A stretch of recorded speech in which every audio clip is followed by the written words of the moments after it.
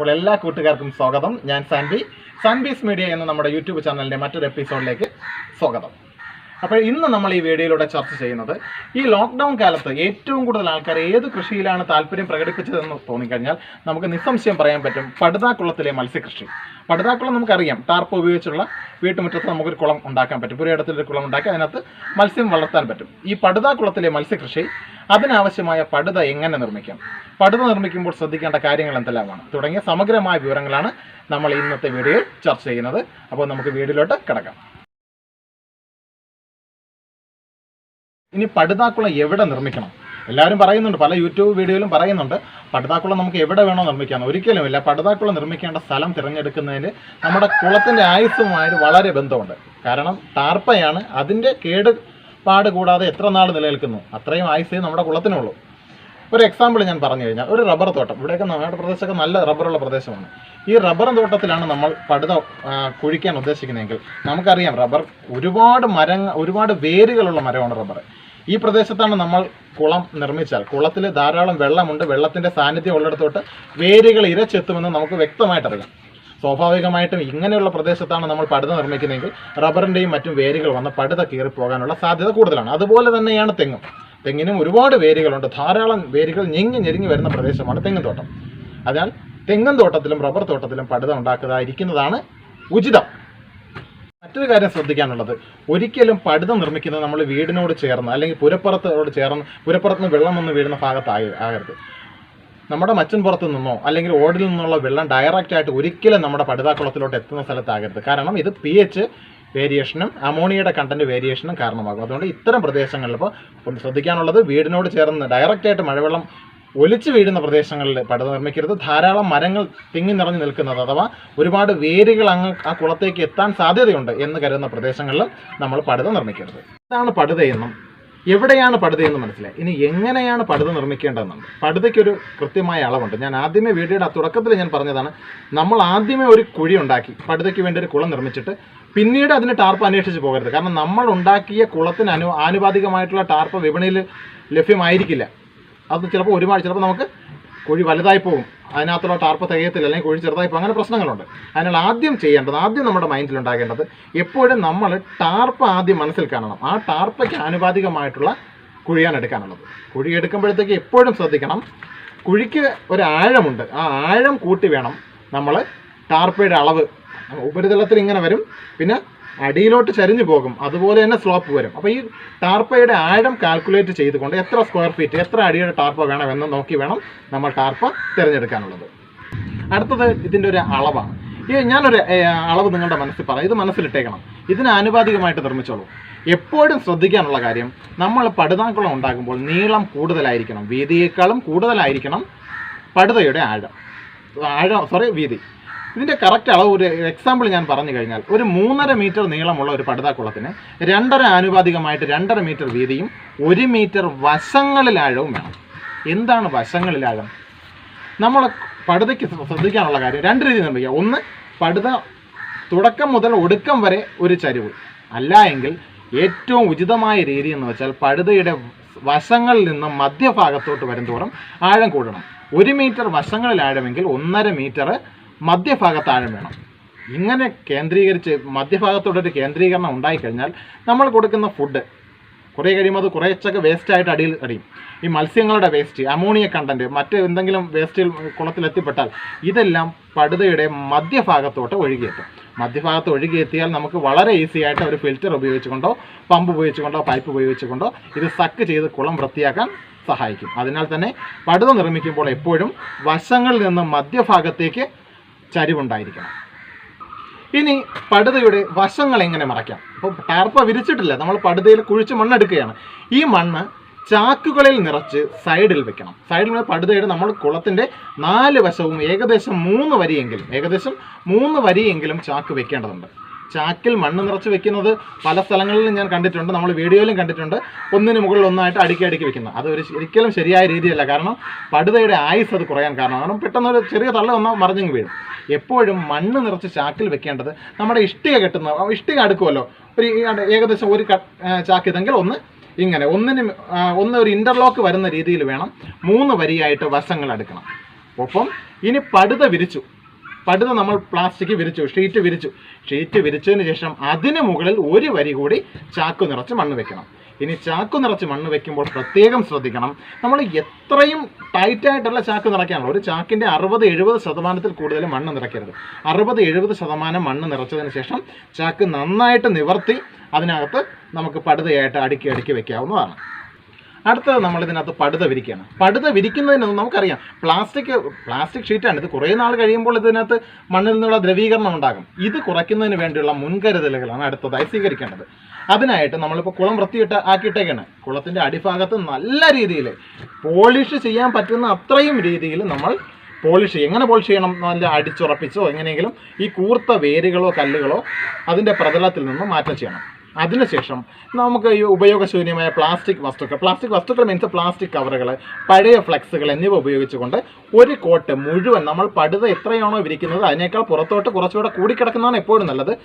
അത്രയും അളവിൽ പടുതയുടെ നമ്മൾ എത്ര അളവിലാണോ പടുത വിരിക്കാൻ ഉദ്ദേശിക്കുന്നത് അത്രയും ഭാഗത്ത് പ്ലാസ്റ്റിക് ഉപയോഗിച്ചുകൊണ്ട് ഒരു കോട്ടിംഗ് ആദ്യം തീർക്കേണ്ടതുണ്ട്. ഇത് എന്തിനെന്ന് വെച്ചാൽ പടുത ഡയറക്റ്റ് മണ്ണിൽ വിരിച്ചു കഴിഞ്ഞാൽ പടുതയിൽ ദ്രവീകരണം ഉണ്ടാകും. ദ്രവീകരണം മീൻസ് ചെതൽ കയറുകയോ അല്ലെങ്കിൽ അടിയിൽ നിന്നുള്ള വേരുകൾ ഇങ്ങോട്ട് കടന്നെത്തി ടാർപ്പ പൊത്ത് കുളത്തിൻ്റെ ആയുസ് നഷ്ടപ്പെടാനും കാരണമാകും. ഇത് ഒഴിവാക്കുന്നതിന് വേണ്ടി ആദ്യമേ നമ്മൾ ഒരു ലെയർ പ്ലാസ്റ്റിക് കോട്ടിങ് കുളത്തിൽ ചെയ്യേണ്ടതുണ്ട്.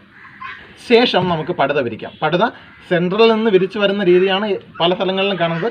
ഒരു വശത്തിൽ നിന്ന് വിരിക്കാം. എങ്ങനെ വെച്ചത് നിങ്ങളുടെ ഒരു യുക്തി അനുസരിച്ച് വിരിക്കുമ്പോൾ എങ്ങനെ വിരിച്ചോളൂ, മധ്യഭാഗത്ത് നിന്ന് വിരിച്ചു തുടങ്ങിക്കോളൂ അല്ലെങ്കിൽ ഒരു വശത്ത് നിന്ന് വിരിച്ചു തുടങ്ങിക്കോളൂ, എങ്ങനെ വിരിച്ചു തുടങ്ങിക്കോളൂ. മാക്സിമം ചുളിവില്ലാതെ പടുത വിരിക്കണം. മാക്സിമം ചുളിവില്ലാതെ പടുത വിരിക്കുകയും വേണം. പടുത വിരിച്ചതിന് ശേഷം അതിൻ്റെ വശങ്ങൾ ഇപ്പോൾ ഓൾറെഡി നമ്മൾ 1, 2, 3 ലെയറായിട്ട് ചാക്ക് അടുക്കി വെച്ചിട്ടുണ്ട്. അതിൻ്റെ മുകളിലോട്ടാണ് പടുത വിരിക്കുന്നത്. അത്രയും ആഴം കിട്ടും നമുക്ക്. ഇതിന് ഈ പടുത വിരിച്ചതിന് ശേഷം അതിന് മുകളിൽ ഒരു ചാക്ക് കൂടി വെച്ച് പടുത ഉറപ്പിക്കേണ്ടതുണ്ട്. ബാക്കി കിടക്കുന്ന ഭാഗങ്ങൾ നമ്മൾ കയർ ഉപയോഗിച്ച് തറയിലോട്ടോ അടുത്തുള്ള ഏതെങ്കിലും കുറ്റി അടിച്ച് അങ്ങോട്ടോ നമുക്ക് പടുത വലിച്ചു കെട്ടാവുന്നതാണ്. ഇപ്പോൾ പടുത കുളത്തിൽ സെറ്റായി കഴിഞ്ഞു. നമ്മൾ പടുത വിരിച്ചു കഴിഞ്ഞു. ഇവിടെ പടുത വിരിക്കുന്നതിന് മുന്നേ ഞാനൊരു കാര്യം പറയാൻ വിട്ടുപോയതാണ്. എങ്ങനെയുള്ള പടുത തിരഞ്ഞെടുക്കണം? ആദ്യമേ അതിൻ്റെ ശാസ്ത്രീയമായ രീതിയിൽ തന്നെ പറയാം. നമ്മൾ ശാസ്ത്രീയമായിട്ട് വളരെ തയ്യാറെടുപ്പ്, വളരെ പഠിച്ചു, ഇതിനെക്കുറിച്ച് കുറേ കാര്യങ്ങൾ മനസ്സിലാക്കി ഇനിയൊരു ബിസിനസ് മൈൻഡോടെയാണ് നമ്മൾ പടുതാക്കുളം നിർമ്മിച്ച് അതിനകത്ത് മത്സ്യം വളർത്താൻ ഇറങ്ങുന്നതെങ്കിൽ 200-ന് മുകളിൽ GSM ഉള്ള ടാർപോളിൻ ഷീറ്റുകളാണ് ഉപയോഗിക്കാനുള്ളത്. അതിനുള്ള പ്ലാസ്റ്റിക് ഷീറ്റുകൾ കിട്ടും. അത്തരം GSM ഉള്ള കൂടിയ GSM ഷീറ്റുകൾ ഉപയോഗിക്കണം. എന്നാൽ ഇനി നമുക്ക് പ്രാക്ടിക്കൽ ലൈഫിലോട്ട് വരാം. ഞാൻ ഉൾപ്പെടെയുള്ള പലരും നമ്മൾ യൂട്യൂബിലും ഗൂഗിളിലും അല്ലെങ്കിൽ എവിടെയെല്ലാം സെർച്ച് ചെയ്തുകൊണ്ടിരിക്കുകയാണ് എളുപ്പത്തിൽ എങ്ങനെ പണം ഉണ്ടാക്കാം, അല്ലെങ്കിൽ കുറഞ്ഞ മുതൽ മുടക്കിൽ കൂടുതൽ ലാഭം ഉണ്ടാക്കുന്ന ബിസിനസ് ഏത് ഇതൊരു ആവേശമാണ്. ഈ ആവേശത്തിലാണ് നമ്മൾ മത്സ്യകൃഷിയിലോട്ട് ഇറങ്ങുന്നതെങ്കിൽ ഒരിക്കലും ഞാൻ സജസ്റ്റ് ചെയ്യത്തില്ല കൂടിയ GSM ഷീറ്റുകൾ 4000-ന് മുകളിൽ 5000, 6000 രൂപയുടെ ഷീറ്റുകൾ വാങ്ങിക്കരുത്. ഒരു 120 GSMൻ്റെ സാധാ ഒരു ടാർപ്പ് മതിയാകും. കാരണം നമ്മളൊരു എല്ലാത്തിനെയും പോസിറ്റീവ് ചിന്തിക്കുന്നതിനോടൊപ്പം നെഗറ്റീവ് വശം കൂടെ മറ്റൊരു വശവും കൂടെ കാണണം. നമ്മളൊരു 6 മാസം കഴിഞ്ഞ് നമ്മുടെ ആവേശം എല്ലാം കെട്ടടങ്ങി പുതിയൊരു ബിസിനസ്സിലോട്ട് പോകാം, അല്ലെങ്കിൽ ഈ പരിപാടി നിർത്താം, നമ്മളെ കൊണ്ട് പറ്റത്തില്ല എന്ന് തോന്നിക്കഴിഞ്ഞാൽ ഈ 4000, 5000 രൂപയുടെ ടാർപ്പ് നമ്മൾ എന്ത് ചെയ്യും? അതേസമയം സാധാ 120 GSMൻ്റെ ടാർപ്പയാണെങ്കിൽ നമുക്ക് ഒരു കാർ ഷെഡ് മറയ്ക്കാനോ അതിനുള്ള ആവശ്യങ്ങൾക്ക് ഉതകുന്ന ടാർപ്പയാണ്. ഒരു 10,000 രൂപയ്ക്ക് താഴെയാണ് റേറ്റ് വരുന്നത്. 1200-ന് താഴെ മാത്രമേ റേറ്റ് വരുന്നുള്ളൂ. അപ്പോൾ ആദ്യം നമ്മളൊരു എക്സ്പെരിമെൻ്റ് എന്ന നിലയിൽ, ഒരു പരീക്ഷണം എന്ന നിലയിൽ ചെറിയ GSM ടാർപോളിൻ ഷീറ്റുകൾ ഉപയോഗിക്കുന്നതായിരിക്കും ഉത്തമം. നമ്മുടെ പടുതാക്കുള്ള റെഡിയാക്കും. ഇതിനകത്ത് വെള്ളം നിറയ്ക്കാം. നമ്മുടെ എല്ലാവരുടെയും ഒരു കാഴ്ചപ്പാടുണ്ട്, എല്ലാവരുടെയും നല്ല കുറച്ച് പേരുടെയെങ്കിലും ഒരു കാഴ്ചപ്പാടുണ്ട്. നമ്മുടെ മത്സ്യ വളർത്തലിനെ കുറിച്ച് നമ്മളുടെ മനസ്സിൽ പെട്ടെന്ന് വരുന്നത് അക്വേറിയമാണ്, നല്ല തെളിഞ്ഞ വെള്ളം. അതൊരു തെറ്റായ കാഴ്ചപ്പാടാണ്. ഇങ്ങനെയുള്ള മത്സ്യകൃഷിക്ക് തെറ്റായ കാഴ്ചപ്പാട്. നമ്മുടെ ഈ തെളിഞ്ഞ വെള്ളവും അല്ല വേണ്ടത്. ഫ്രഷ് വാട്ടറിലോട്ട് നമ്മൾ സീഡ് ഇറക്കുന്നതിനേക്കാളും നമുക്ക് പ്രോഫിറ്റബിൾ എപ്പോഴും ലാഭം എങ്ങനെ വെച്ചാൽ, കാരണം മോർട്ടാലിറ്റി കുറയുന്നത്, മരണനിരക്ക് കുറയുന്നത് കുറച്ച് പഴക്കം ചെന്ന വെള്ളത്തിലോട്ട് വേണം കുഞ്ഞുങ്ങളെ ഇറക്കാനായിട്ട്. അപ്പോൾ കുളത്തിലെ വെള്ളം എങ്ങനെ സെറ്റ് ചെയ്യാം? ആദ്യം ശ്രദ്ധിക്കാനുള്ളത്, നമ്മൾ ടാർപ്പ വിരിച്ചു. ഈ ടാർപ്പ എന്ന് വെച്ചാൽ ഒരു കെമിക്കൽ വസ്തു ഉണ്ടാക്കിയ ഒരു മെറ്റീരിയലാണ് ടാർപ്പ എന്ന് നമുക്കറിയാം. ചെയ്യാനുള്ളത് ഒരു ഓസ് ഉപയോഗിച്ചുകൊണ്ട് ടാർപ്പയുടെ മുഴുവൻ ഉൾഭാഗവും നല്ല പ്രസ് ചെയ്ത് കഴുകണം. നല്ല പ്രസ് ചെയ്ത് കഴുകി ഏകദേശം ടാർപ്പയുടെ ഒരു 1/4 ഭാഗം വെള്ളമായതിനു ശേഷം ഒരു മണിക്കൂർ വെള്ളം അതുപോലെ ഇട്ടേക്കണം. നല്ല രീതിയിൽ ഓസ് ഉപയോഗിച്ച് കഴുകിയതിന് ശേഷം 1-2 മണിക്കൂർ വെള്ളം അതുപോലെ ഇട്ടിരുന്നതിന് ശേഷം ഈ വെള്ളം നമ്മൾ നീക്കം ചെയ്യണം. എന്തിനിങ്ങനെ നീക്കം ചെയ്യണം? ഈ ടാർപ്പയിലുള്ള കെമിക്കൽസ് പോകുന്നതിന് ഇത് സഹായകമാകും. ഈ 1-2 മണിക്കൂറെന്ന് ചിലപ്പോൾ ഒരു ദിവസം 1-2 ദിവസം ഇട്ടിരുന്നിട്ട് മാറ്റിയാൽ അത്രയും നല്ലത്. ഇനി നമുക്ക് പഴയ വെള്ളം നമ്മൾ ഈ ടാർപ്പ കഴുകിയ വെള്ളം നമ്മൾ മാറ്റിക്കഴിഞ്ഞു. ഇനി നമ്മൾ ഇതിനകത്തോട്ട് വെള്ളം നിറയ്ക്കുക. വെള്ളം നിറച്ചിട്ട് നല്ല ശുദ്ധമായ വെള്ളം വേണം നിറയ്ക്കാനായിട്ട്. മഴവെള്ളത്തിൽ സിലോപ്പിയ പോയെന്നുള്ള മഴവെള്ളം പ്രശ്നമില്ല. നമ്മൾ കിണറിലെ വെള്ളം നിറച്ചു.